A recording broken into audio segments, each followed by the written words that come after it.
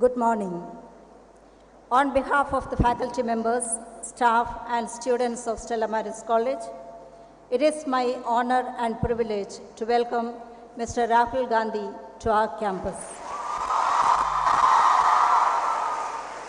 Mr. Gandhi is the President of the International Congress and serves such additional offices as the Chairperson of the Indian Youth Congress and the National Students' Union of India.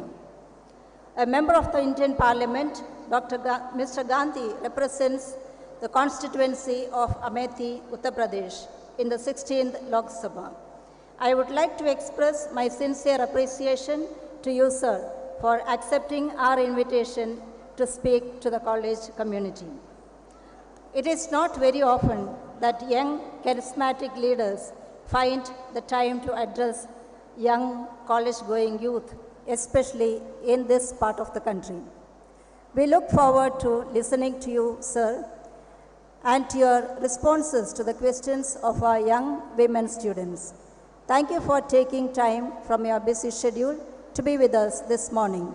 A very cordial welcome to you, sir, once again, to Stella Maris. Thank you.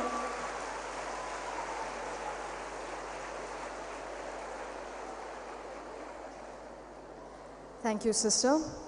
I request Shri Rahul Gandhi to come onto the dais, please.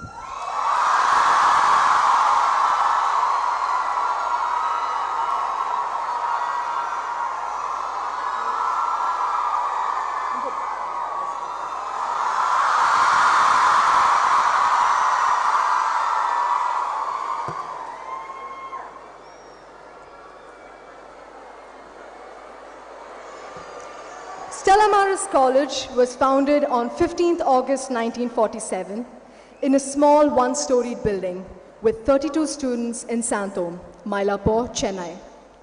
In 1960, it moved to its present campus, the Cloisters, on Cathedral Road in the heart of the city. Today, the college has an enrollment of more than 5,500 students from diverse backgrounds, communities, and nations. Truth and charity is the motto of the college.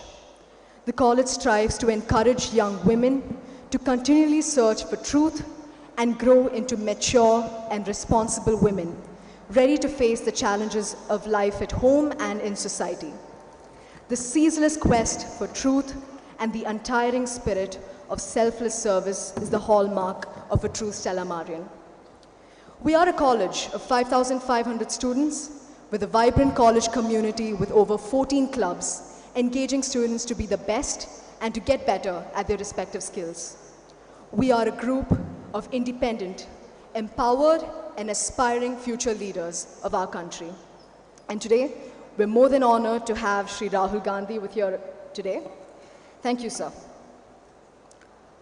He requires no introduction, and he's an Indian politician who's now the president of the Indian National Congress and leads various offices as a chairperson of the Indian Youth Congress and the National Students' Union of India.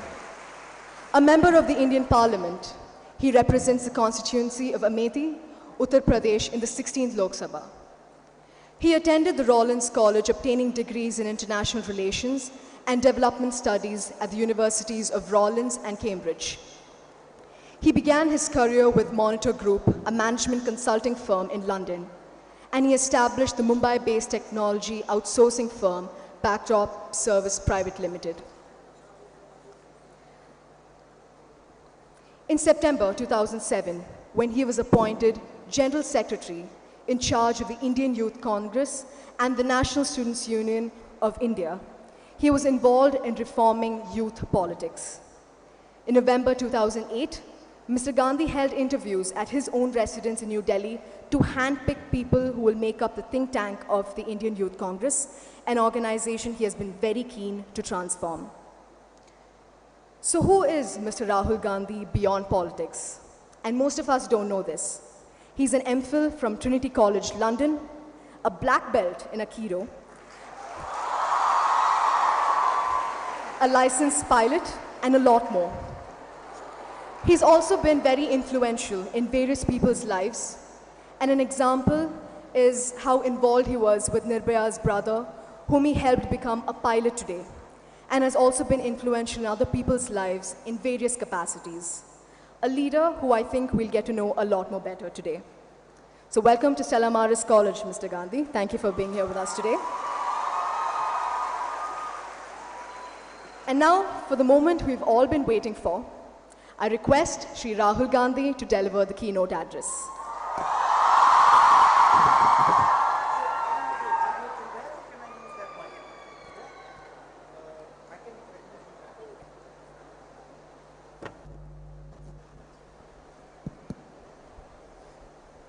Sister Joseph,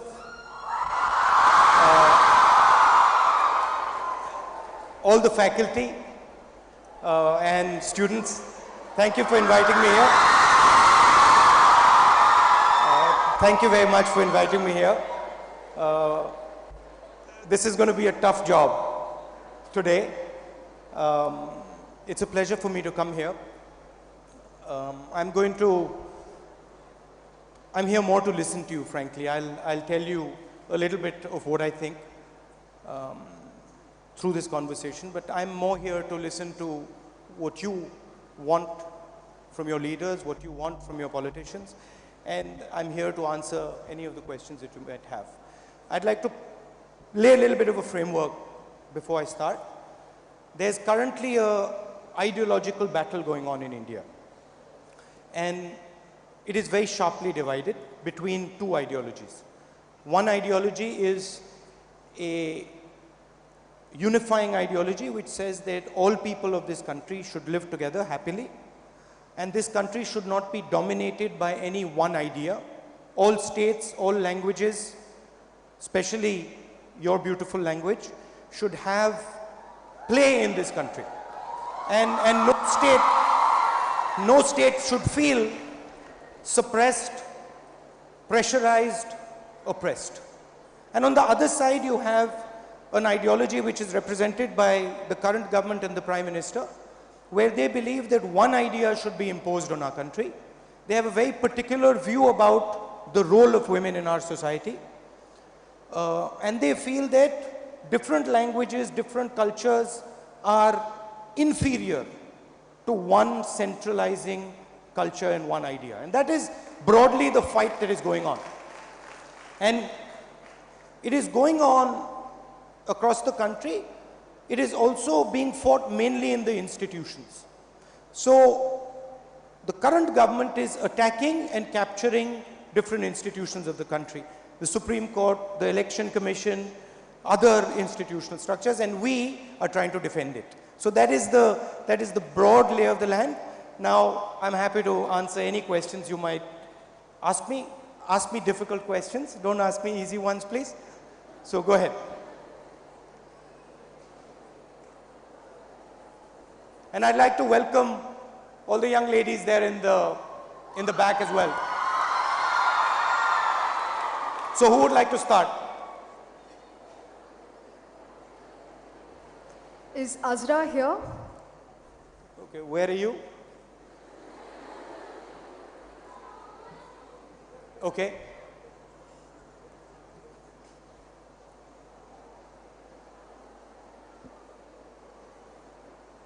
I request. Check. Hi, sir. Okay, Can you call me Rahul instead of sir? okay. Makes me more comfortable.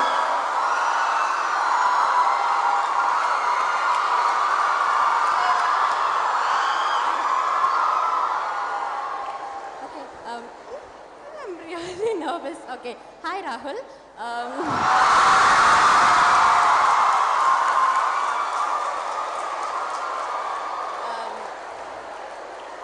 Okay, my name's Azra and I'm from the Department of Fine Arts, and the question that we have for you, Rahul, is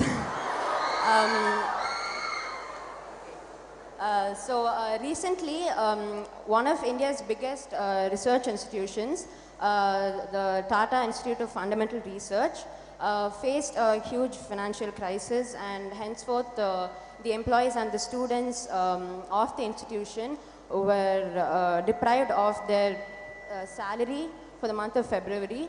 As of now, the situation has been sorted. I think the salary has been credited to the respective accounts. But in the long run, what does your government think of this issue? Do you plan on, do you plan on doing anything about this? What do you think is the future of education? About research and education in general, or about No, the Tata Institute in specific? About research and education in India. I think we are convinced that India is spending way too little money on education. And we feel that India needs to spend much more money on education. So we are going to increase the amount of money that we spend on education, and our target is 6%. That's basically what we're looking at.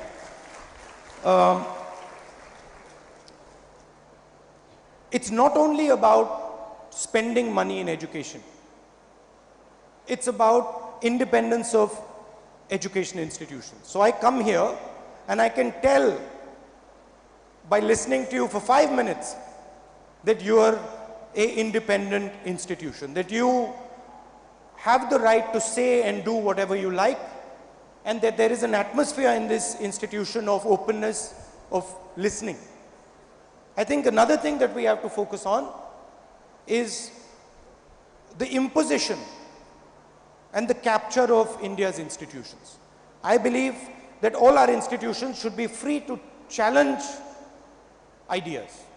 I don't think you should blindly accept any idea. I think you should be able to challenge ideas, and that's why, frankly, I've come here. Because I want you to challenge me. I want you to make me uncomfortable so that I learn, no, seriously, so that I learn, I understand what you think and I learn from you.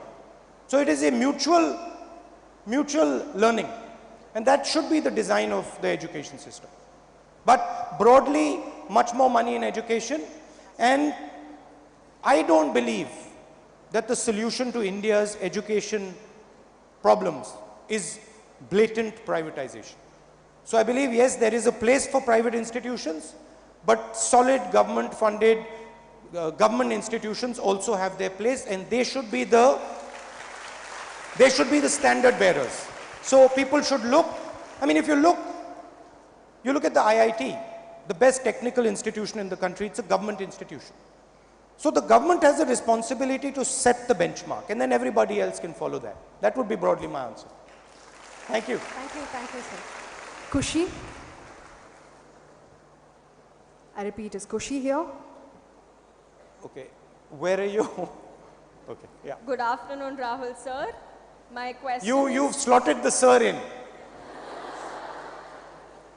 My question is comment on the recent review on women about inequality and discrimination and how women will be benefited. Comment on? Women's inequality and discrimination and how women will be benefited. I think the way Indian women are treated leaves a lot to be desired. I think South India is significantly better than North India on this front. It's true. If you go to North India, if you go to Uttar Pradesh, if you go to Bihar, and you see the treatment of women and the way women are treated, you will be shocked. So there is a cultural aspect, and I think Tamil Nadu is one of the leaders in how it treats its women. So that's a good thing. No, but wait, because before you get excited, there's still a lot of improvement required in Tamil Nadu as well. I don't think women should be second to men in anything. I think women should be at the same level as men in everything. And I look at the Parliament House, I look at the Vidhan Sabhas, I look at the different states, and frankly, I don't see enough women in leadership positions. I don't see them leading enough companies, I don't see them leading enough states, I don't see enough of them in the Lok Sabha and the Vidhan Sabha. So one of the things that we've decided, in 2019, we're going to pass the Women's Reservation Bill in Lok Sabha, Vidhan Sabhas. And we're also going to reserve 33% of all government jobs at the national level for women. That's a starting point. That's a starting point, but I think it's an attitude. I think you cannot have women empowered in India unless the attitude towards women changes, and there is a lot that needs to change as far as the attitude towards women goes. And I'm a believer that women should be pushed into places of leadership. I think generally women are smarter than men. That's where I come from. Thank you. Can we have Vishali, please? Vishali?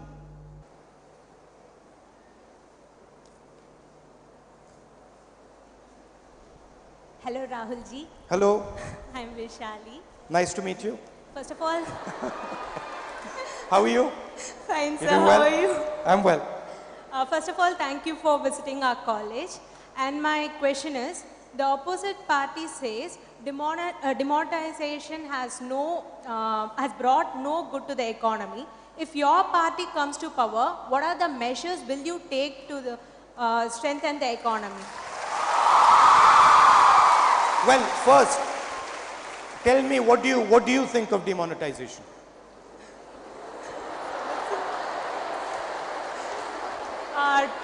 Did you like it? Did you like demonetization? No, sir. No. Do you think it was a good economic decision? No. So I think it's pretty clear the damage demonetization did. It's a pity that the Prime Minister didn't come and take your advice before he did demonetization, because he would have got the right answer, you know. One or two things. You can't have a negative, fearful atmosphere in the country. You can't have an atmosphere of discrimination in the country and then expect economic growth. Economic growth is directly related to the mood of the country. So the first thing we would do is we would change the mood of the country. We would move the country to a place where people feel empowered, happy, and to a place where people relate with each other in a pleasant, loving way. That's the first thing we do. The second thing we do is, we feel that the GST that has been imposed on the country is too complicated and it has too many different layers. There are 5 different layers of tax. This makes life very difficult for small and medium businesses, shopkeepers, and young entrepreneurs. Hopefully you might become one someday, successful one. So we are going to reform the GST and we're going to make it one simple tax and as low a tax as possible. Finally, have you heard of a man called Nirav Modi? You've heard of him? Have you heard of a chap called Anil Ambani? Heard of him? Mehul Choksi? Vijay Mallya? Now, what's common about all these people? They all left the country, yeah. And they took thousands and thousands of crores of rupees of Indian people's money. See, the money you gave or your parents gave in demonetization to the banking system, Mr. Narendra Modi gave to Nirav Modi. Right? So what we want to do is, we want to take the money that is going to 15, 17 corrupt business people like Nirav Modi.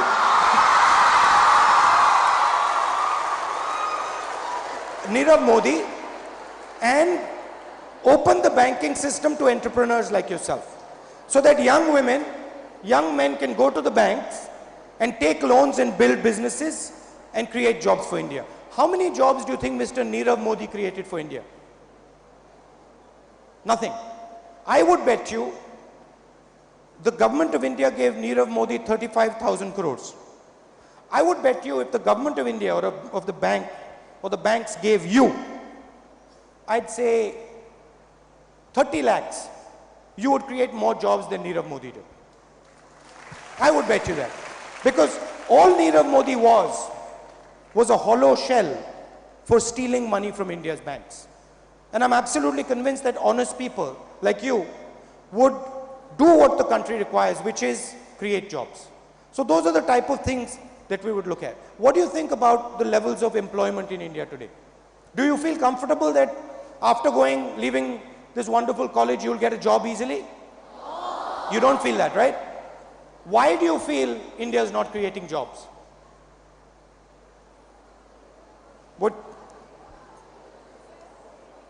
Why do you feel the number of jobs that India should be created are not being created?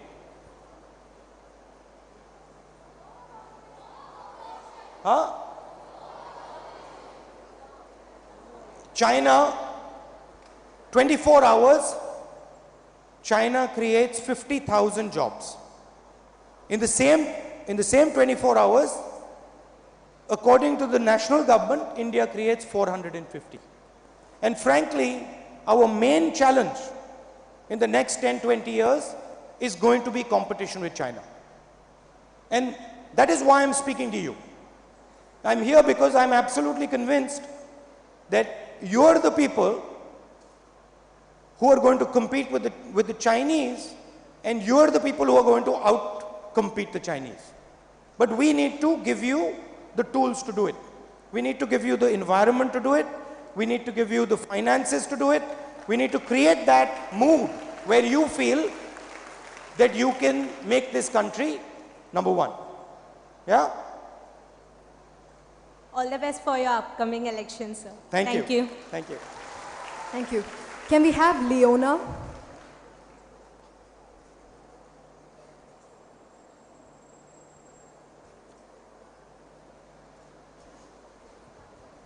Vanakkam, Rahul. Vanakkam.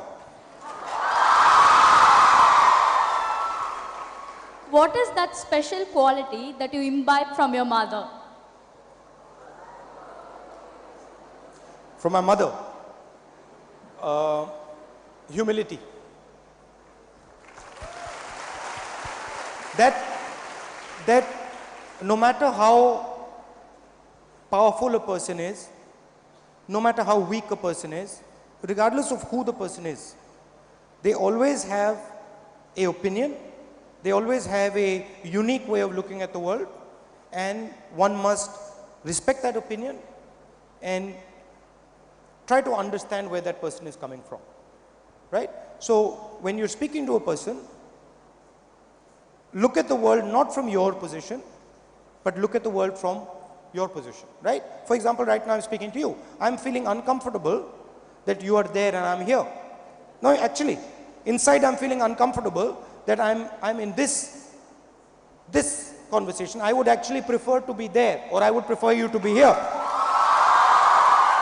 So that type of quality, that doesn't matter what your situation is, you respect everybody else and you listen to everybody else. And of course, as a mother, she taught me love, right? So that is also a central quality. What about your mother? What quality did you get from your mother? It's affection towards everyone. Don't be harsh, be affectionate to everyone. Okay. Do you have And brothers? respect. Yeah, I have a brother, elder brother. Thank you. Next we have Lakshmi Menon. Lakshmi Menon. Hello. Hello. Hello, Rahul. Hello. I hope you have a wonderful time in Stella. My question to you is, why is the opposition, that is your party, silent about issues that are actually affecting the common men? That is like the PACL scam, the protest by paramilitary forces. You have so many unfilled posts in the government, and on and on. Actually, protest by paramilitary forces, I am in conversation about a number of their demands. In fact, I have personally raised and committed to them that we will give them the status of Shaheed, which they do not have. And if you're talking about corruption, I mean, I'm... Also, sir, you didn't mention Robert Vadra with all the other names. What about him? What about him? The government has every right and should investigate every single person. And the law should apply to everybody, no problem. However, the law must not apply selectively. The Prime Minister of the country himself has his name in government documents which are saying that he is directly responsible for negotiating parallelly with the Dassault company on Rafale. The CBI director at 1:30 at night is sacked. The Supreme Court says, bring the man back. The man is brought back. The Prime Minister sacks him again. The President of France says, the Prime Minister of India has told me personally himself in a meeting that Mr. Anil Ambani should get the Rafale contract. Nothing's happening. The Prime Minister doesn't comment about it. Everybody knows that the Prime Minister has stolen 30,000 crores and given them to Mr. Ambani. The whole country knows it.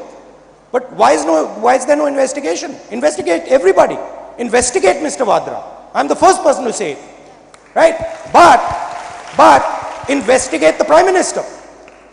And be absolutely crystal clear. Mr. Narendra Modi, for 1 minute, hasn't opened his mouth on Rafale. And the proof is unlimited. I'll tell you. HAL has been making aircraft for 70 years. Anil Ambani has never made an aircraft in his whole life. HAL gave 3,000 crores of its own money to the government of India. Anil Ambani has 45,000 crores of debt that he has not paid off. HAL has made the Mirage aircraft that went and bombed Pakistan. Not made, but maintains the Mirage Air Force that went and bombed Pakistan. Makes the MiG aircraft, Sukhoi, Jaguar. They have tremendous experience. On what basis did the Prime Minister personally remove HAL from the contract and give it to Mr. Ambani? Finally, the UPA government had negotiated a price of 526 crores for one aircraft. You know what Mr. Narendra Modi's new price is? 1,600 crores per aircraft. So he's almost tripled the price of the aircraft. But there's not a word from Mr. Narendra Modi or any agency investigating the man. So let's start there. The gentleman said that he didn't want to be Prime Minister, he wanted to be the Chowkidar. Well, let's get him to start doing that work. Why isn't he doing that work when it comes to himself? Thank you, Thank sir. you. Next we have Sushmita. I repeat, Sushmita. Hi. Hello. One more thing. How many times have you seen the Prime Minister of India standing in the middle of 3,000 women like this? How many times have you seen the Prime Minister of India standing here like this, being open to any question from anybody? How many of you have had the opportunity to ask him, Mr. Prime Minister, what do you think about education? What do you think about this? What do you think about that? Why doesn't the Prime Minister have the guts to come and stand in front of 3,000 women and be questioned by them?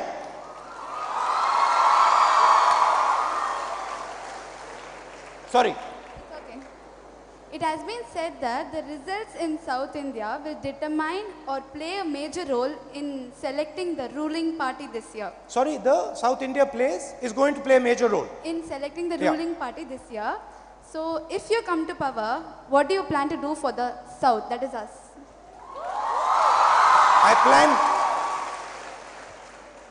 Today's government has a North India specific focus. They have a north centric view. I believe that all parts of India are equal and all parts of India should have equal say in the country's future. I mean, there's Mr. Chithambaram sitting here, right? He's from Tamil Nadu. He determined the economic future of this country for 10 years. So I believe that Tamil Nadu and South India must have a voice in Delhi in the national government, and the basic trajectory of the nation should include the feelings and the aspirations of the Tamil people, should include the sentiment and the history of the Tamil people. It should not be that the government of India is trying to subvert and crush the history, the language and the culture of the Tamil people. So that is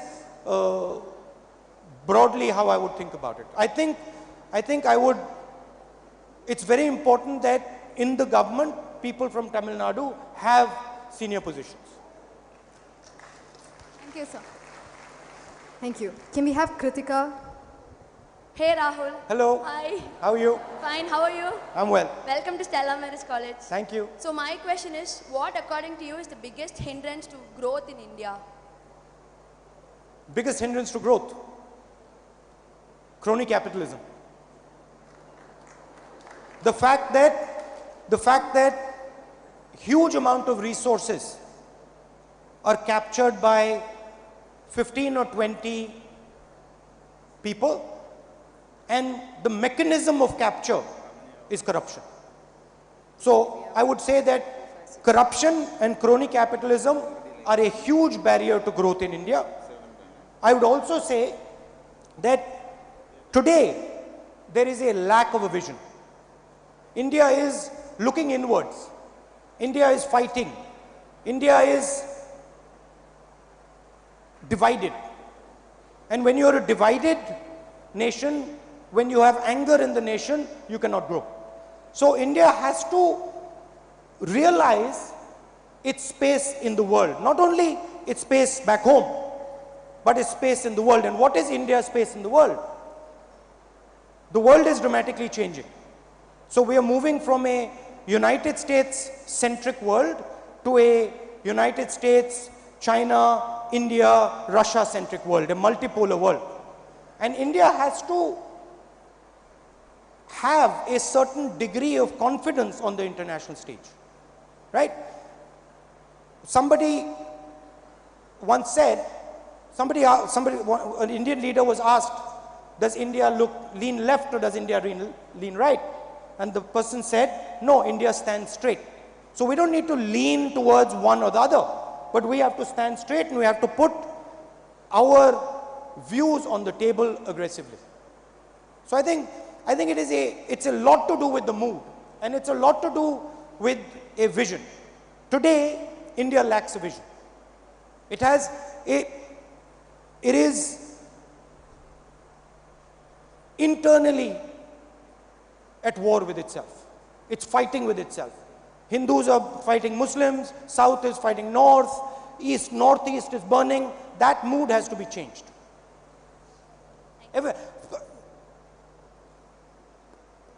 Everybody here and everybody in this country is India's asset. India has to utilize all these people if it wants to grow.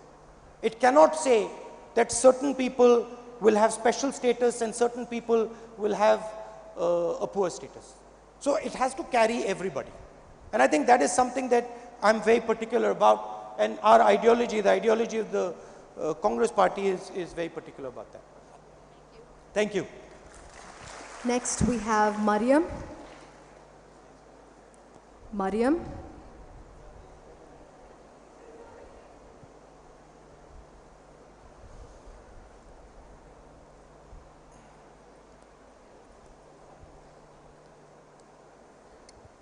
Good day, Rahulji. Good day.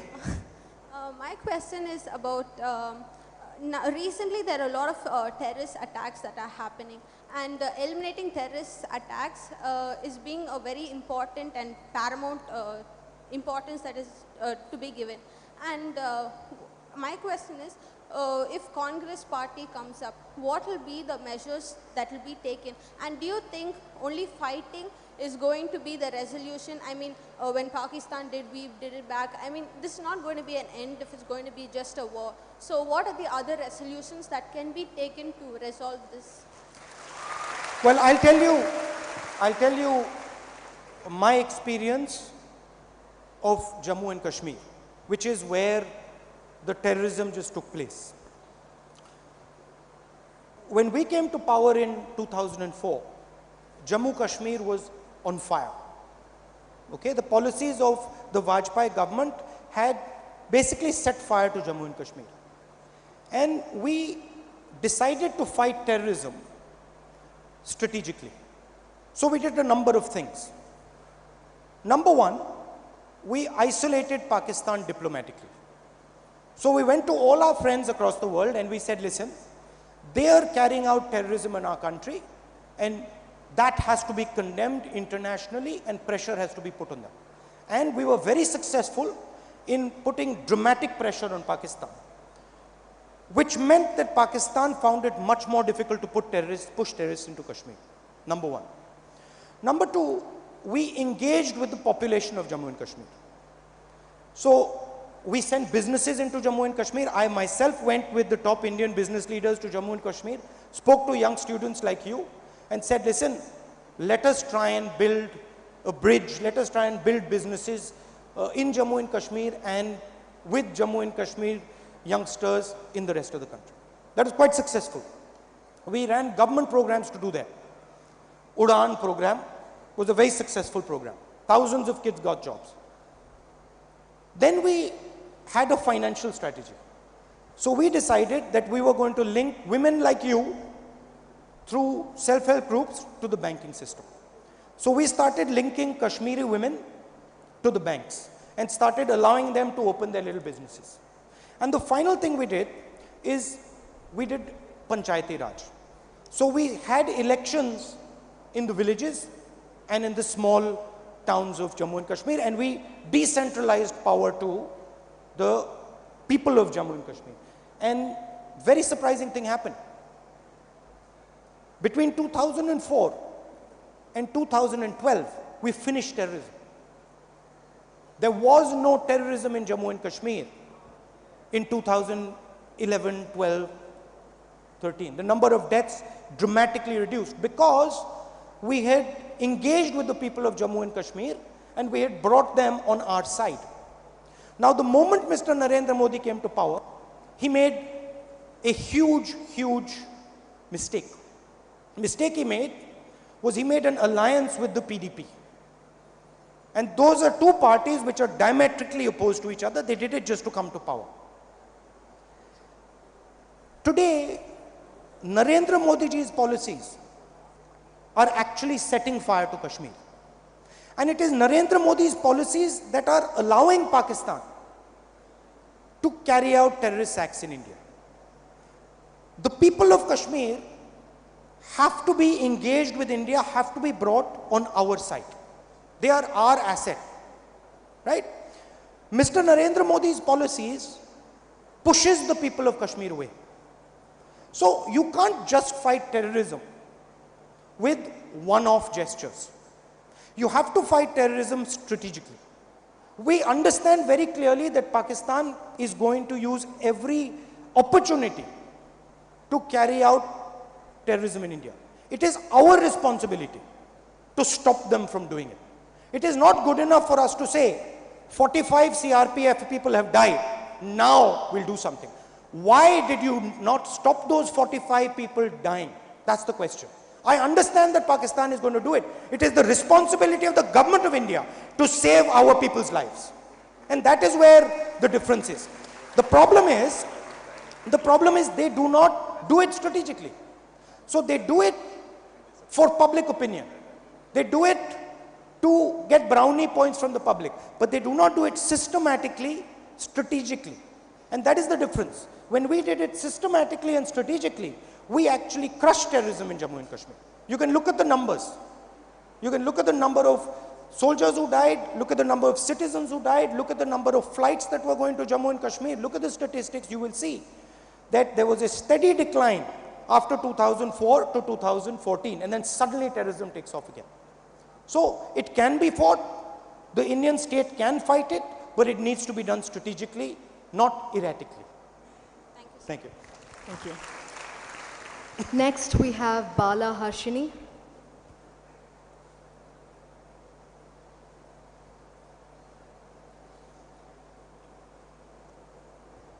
Hello, Rahul. Hello. My question is, do you think the current education system is good enough for the future generation or it has to be improved? No, I don't think so. I think there are a lot of gems. There are a lot of excellent institutions, and speaking to you, I can get a sense that you are one of them. And by the way, I'm a little bit of an expert because I've been to many, many institutions. So I can tell the quality of students, and I can tell that you're right up there. You're very good. But all institutions in the country are not like this one. There are huge issues. There is a issue of access. Education is way too expensive, especially higher education. So the price of higher education needs to be dropped. There is also a question of culture and attitude. Our education system tends to stop people from asking questions, tends to impose hierarchy on the person. Whereas a modern education system should allow students to ask questions, should allow teachers to be challenged, should allow teachers to be made uncomfortable. So those would be the type of changes I would recommend. But broadly, you can't build a modern education system with the amount of money that India is today spending on education. So we have to go to that 6% number and spend a lot more money on education.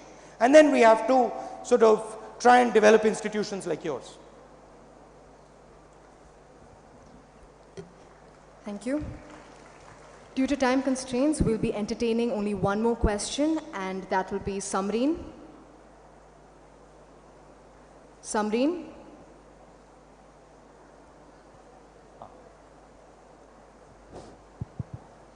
Good afternoon, Rahul. Thank you so much for coming down here. My question is with regards to the Kashmir policy.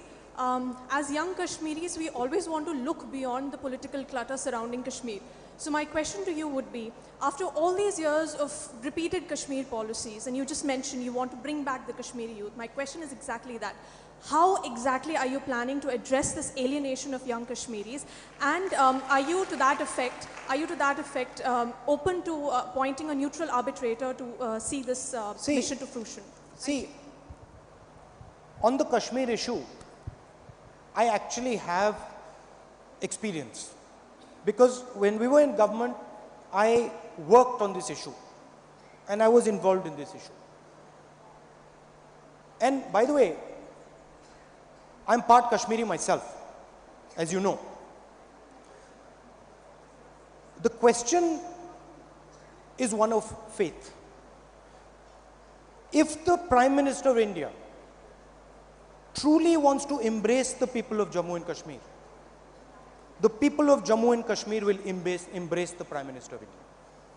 If the Prime Minister of India does not want to embrace the people of Jammu and Kashmir, the people of Jammu and Kashmir will not embrace the Prime Minister. It's that simple.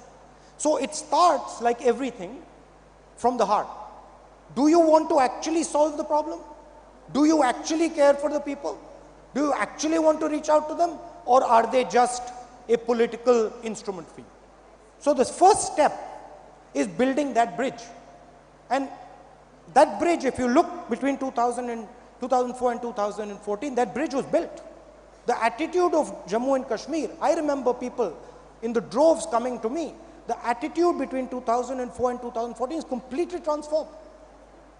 So that is the path forward. You have to fight terrorism. And once again, every opportunity Pakistan is going to get, they are going to try and take. And it is our responsibility to stop them. But you also have to embrace the people of Jammu and Kashmir. You have to engage with the people of Jammu and Kashmir. You have to show them a better future, which is possible. Thank you. Okay, Rahul, there's one request from the students of the Light Music Club, and they want to ask you a question. Don't ask me to sing. Yeah. Hello, sir. So this is a question that comes from the Light Music Club, as Nora said. So, why did you hug Modi, sir?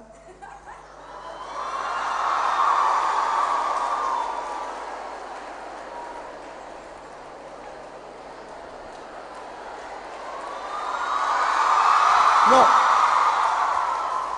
Because I saw, see, love is the foundation. Love is the foundation of every religion. Whether it's Hinduism, Islam, Christianity, Sikhism, Jainism, Buddhism, the foundation is love. Okay? And I was sitting in Parliament House and I was watching the Prime Minister give a speech. And I have no anger towards the Prime Minister. I don't have animosity or hatred towards the Prime Minister. And I could see that the Prime Minister was very angry.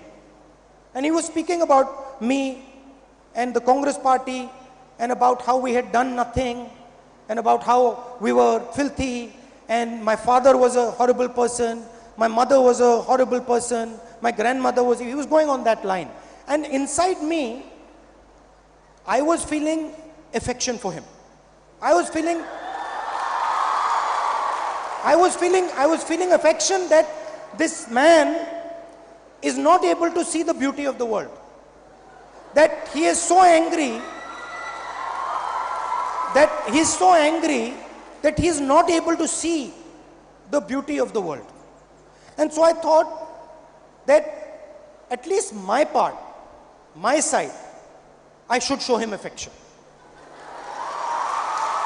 Because see, you know the people who don't have affection towards others, you know the reason? Because they have not been loved. So the truth is that the Prime Minister, unfortunately for whatever reason, did not have the type of love that he should have had. And that is why he generates this anger. So I genuinely feel love for the Prime Minister. No, you're laughing, but I genuinely do. I'll tell you, I'll give you an example. Now let me frame it to you so that you understand what I'm saying. In 2014, I was a young politician. I'm still young, but slightly older, right? I was a young politician. And we fought an election. And we lost the election. We got thrashed.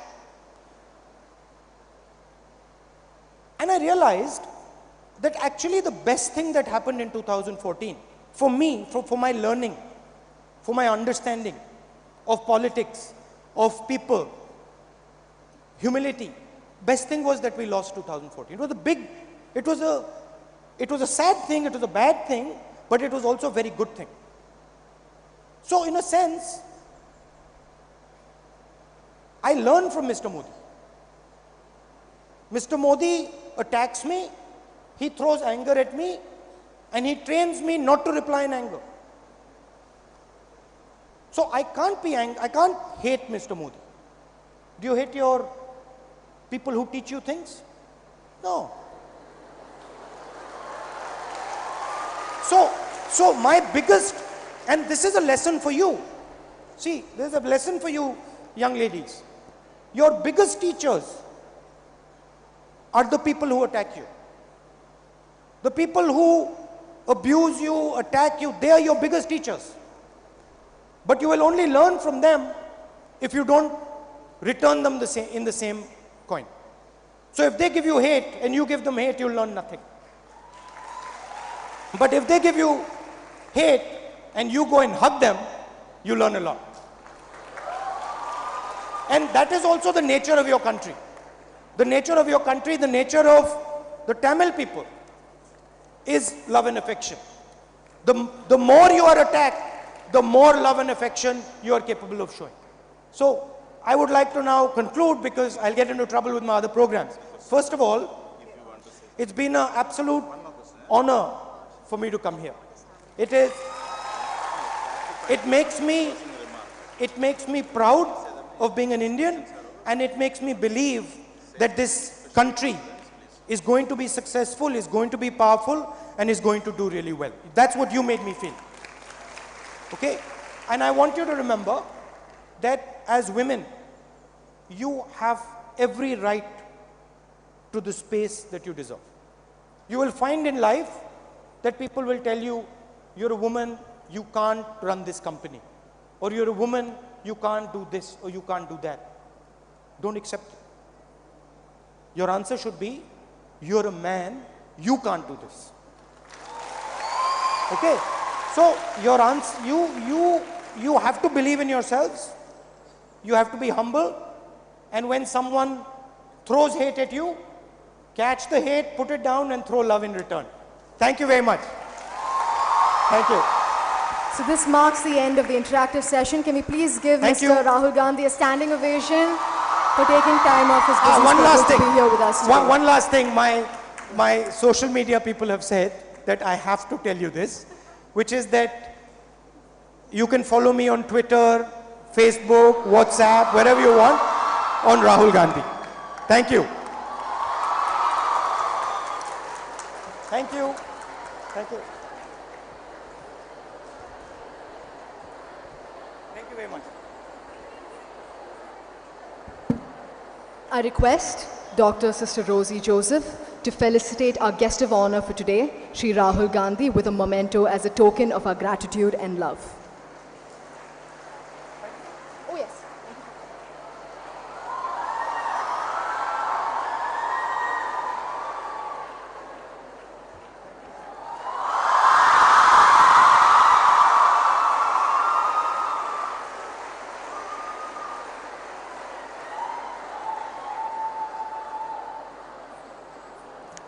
Thank you, sister. I now request Aisha Khan, Vice President of Students' Union 2018-19, to deliver the vote of thanks. Can I go and say hello? Can I go there and say hello? A very good afternoon to one and all present here. I wish peace unto all of you. I deem it my privilege to propose the vote of thanks on this monumental occasion. It is said that the X factor of great leadership is not personality, but humility. Great leaders don't set out to be leaders. They set out to make a difference. It's never about the role, but it's always about the goal. And today, we have had the opportunity to interact and witness for ourselves a great leader, a man of splendid personality, amazing simplicity, and impeccable humility, Mr. Rahul Gandhi. Thank you, sir, for the highly interactive, extremely informative and lively session that we've had with you today. We are truly inspired by your words of wisdom and your exceptional charisma. I would like to take a moment to remember a few great names in the history of our nation. A great freedom fighter and the first Prime Minister of our nation, Pandit Jawaharlal Nehru. The first woman President of the United Nations General Assembly, Srimati Vijayalakshmi Pandit.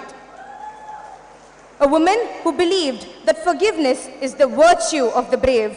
The first and only female Prime Minister of India, Srimati Indira Gandhi. A leader who dreamt of a strong, independent and self-reliant nation. The sixth Prime Minister of our nation, late Shri Rajiv Gandhi. A person who said that together we can face any challenges, as deep as the ocean and as high as the sky. The former President of the Indian National Congress, Srimati Sonia Gandhi. And finally, a man who believes that if opportunity is limited to a few, the growth of our nation will be a fraction of the capacity of our nation. Any guesses who said that? Yes, it is none other than Mr. Rahul Gandhi himself. Mr. Gandhi, on behalf of Stella Maris College, I take immense pleasure to thank you and your family for the matchless sacrifice and selfless service that you have done for our nation. Can we have a big round of applause?